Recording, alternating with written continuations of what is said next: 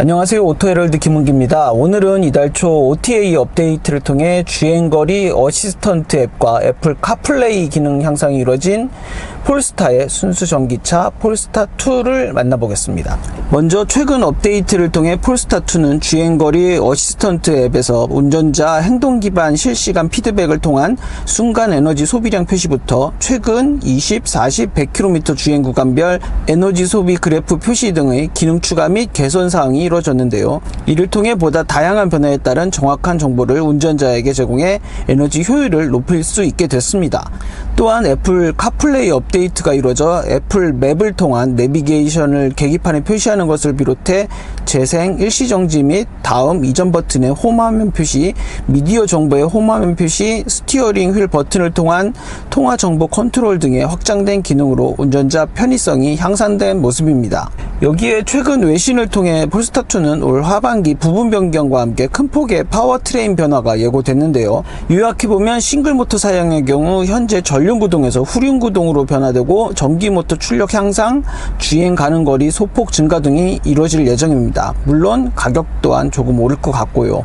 이런 변화에 따라 현재 국내에서 판매되는 롱레인지 싱글모터 사양에 대한 존재감이 더욱 부각되기도 하는데요. 전륜구동과 후륜구동에 각각 장단점이 있지만 특히 겨울철에는 아무래도 전륜구동이 더 안정적 성능을 발휘하는 건 분명해 보입니다. 또 폴스타2는 다음 달 1일부터 실시되는 개소세이나 종료를 앞두고 빠른 출고가 가능한 옵션 등이 미리 구성된 모델을 약 10% 할인된 가격에 판매하고 여기에 더해 11.5% 캐시백 등 다양한 프로모션을 진행하고 있어 전기차 구매를 생각 중이시라면 주의 깊게 살펴보시면 좋을 것 같습니다. 이제 본격적으로 폴스타2에 대해 좀 더 살펴볼까요? 먼저 해당 모델은 지난해 여름 연식 변경과 함께 내외장 선택 사양 확대를 통해 상품성 업그레이드가 이루어졌는데 국내 도입 1년 반이 조금 넘었지만 여전히 경쟁력 있는 디자인을 갖춘 모습입니다. 얼핏 실루엣만 보면 전장은 현대차 아반떼에 가깝고 전폭과 전고는 그랜저보다 여유로운 모습인데요. 다만 휠 베이스가 상대적으로 짧아 2열 무릎 공간에 대한 아쉬움이 남습니다. 폴스타2 실내는 심볼이 빛나는 헥사고널 기어 셀렉터와 풀사이즈 파노라믹 글라스 루프에 전멸되는 폴스타 로고 등 감성 품질을 높이는 디자인이 특징인데요. 전반적으로 운전자를 고려해 설계된 인터페이스 구조와 함께 11.2인치 센터 디스플레이를 통해 차량 대부분 기능을 조절할 수 있는 부분이 편리합니다. 현행 폴스타2 파워트레인은 롱레인지 싱글모터와 듀얼모터 두 가지 구성으로 판매되는데요. 히트펌프를 기본 적용하고 LG 에너지 솔루션의 78kWh 리튬이온 배터리가 탑재됐습니다. 롱레인지 싱글모터의 경우 231마력의 최고 출력을 발휘하는데요. 정지 상태에서 100km/h 도달까지 순간 가속력은 7.4초, 완전 충전 시 최대 주행 가능 거리는 417km를 나타냅니다. 또 롱레인지 듀얼모터는 보다 강력한 퍼포먼스를 발휘하는 부분이 특징인데요. 408마력의 최고 출력으로 전기차 특유의 다이내믹한 드라이빙을 선사합니다. 정지 상태에서 100km/h까지 가속하는 데 4.7초, 완전 충전 시 최대 주행 가능 거리는 334km를 보입니다. 이 밖에 폴스타2는 150kW 급속 충전기 기준으로 10%에서 80%까지 30분 만에 충전할 수 있으며 원페달 드라이빙을 지원하는 회생제동 기능도 3단계로 조절 가능합니다. 자, 이제 본격적인 시승을 진행해 보겠습니다. 오늘 약간의 지금 소나기가 오고 있는데요. 앞서 언급해 드렸다시피 올 하반기에 이제 폴스타2의 부분 변경 모델이 출시될 예정입니다. 아무래도 좀 퍼포먼스 위주의 변화가 예상되는데요. 그런 이유로 기본 모델이 전륜구동에서 후륜구동으로의 대대적인 변화가 생기게 됩니다. 전륜구동과 후륜구동의 차이는 분명하게 나뉘죠. 아무래도 후륜구동 모델의 경우는 조금 더 주행 성능에서 전륜구동과 큰 차이를 보이게 되죠. 하지만 또 이 내연기관과 달리 전기차의 경우는 차체에서 가장 큰 무게를 차지하는 배터리가 차체 하부로 들어가는 까닭에 전륜과 후륜구동의 차이가 내연기관보다는 살짝 조금 덜할 텐데요. 하지만 역시 주행 성능에서 극명한 차이를 보일 것으로 생각됩니다. 우리나라 같이 이제 여름에 강수량이 점점 많아지죠. 또 겨울철에는 폭설이 잦아지고요.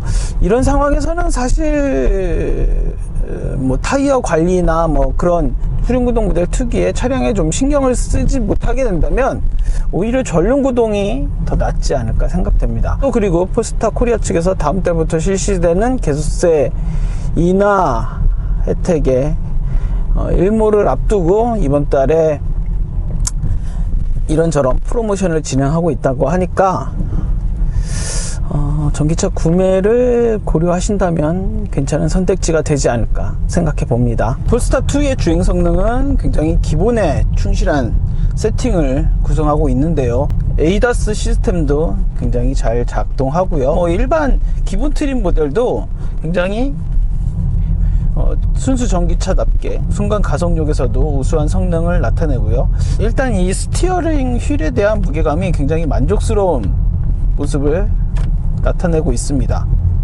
서스펜션 세팅도 노면 환경에 따라서 유동적이지만 안정적인 느낌을 전달하고요. 전륜구동 모델이지만 일반적인 주행 상황에서는 이를 특별히 인식하지 못할 정도로 굉장히 안정적인 무게 배분을 나타내는 부분도 찾을 수 있습니다. 오늘처럼 이렇게 갑작스럽게 내린 소나기로 노면이 조금 미끄러운 상황에서도 전륜구동 모델 같은 경우는 조금 더 안정적인 주행 감각을 전달하기도 합니다. 원페달 드라이빙도 가능해서 회생제동을 적절히 이용하면 주행 가는 거리를 조금 더 늘릴 수 있고요. 현재는 73%가 남아 있는데